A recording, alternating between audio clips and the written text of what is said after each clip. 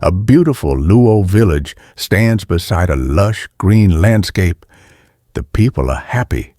Children play, women grind grain, and men prepare fishing nets. The sky is golden as the sun begins to set over the horizon. Long ago, in the heart of Luo land, there was a village unlike any other. It was blessed with fertile lands, flowing rivers, and endless harvests. The people thrived, their laughter echoing through the air. But in their hearts, pride grew like a shadow.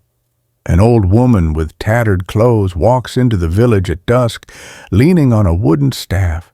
She looks weak and tired, yet her eyes hold ancient wisdom.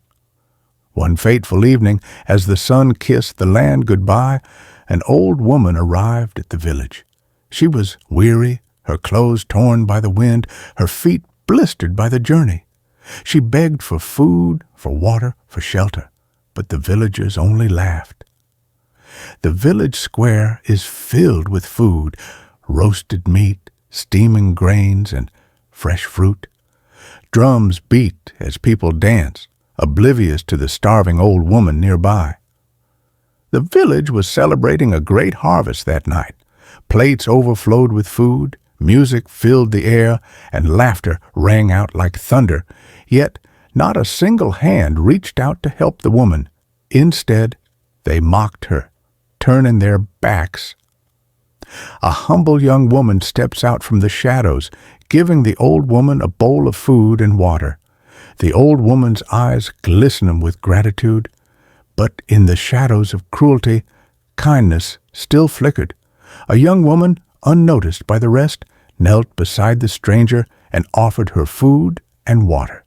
The old woman took it with a knowing smile, her eyes deep like the endless sky. The old woman stands tall, her frail form now glowing with an eerie light. The sky darkens, clouds swirling like an angry sea. As the last bite was swallowed, the old woman rose. Her voice, once frail, now boomed like rolling thunder. You have feasted while I starved. You have laughed while I suffered, and now your joy shall sink beneath the waves. The ground trembles. Cracks split the earth. A roar like 1,000 waterfalls fills the air as water erupts from below, swallowing the village in seconds. Before the villagers could react, the earth beneath them trembled. A deep rumble shook the land as if the gods themselves had awakened.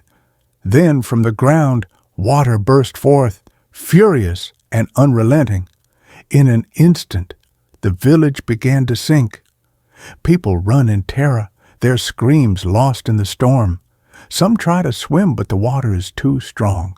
The village is disappearing beneath the waves. They ran, they screamed, they begged for mercy, but the water showed none. It rose higher and higher, swallowing the huts, the feast, and the pride of those who had turned away from kindness. The kind young woman stands on a hill untouched by the flood. The old woman is gone, her presence now just the whisper of the wind. Only one was spared, the young woman who had shared her food. She stood on the hill, watching as the village vanished beneath the raging waters. And when the storm passed, all that remained was a silent lake, its depths holding the memory of those who had once lived there. A calm blue lake stretches across the land, reflecting the sky. The water is still, yet whispers of the past seem to linger beneath its surface. To this day, the lake is known as Simbi Nyaima, the sunken village. It is said that on quiet nights, the echoes of laughter and the faint beat of drums can still be heard beneath the water, a reminder of the village that once was, and the lesson that was never forgotten.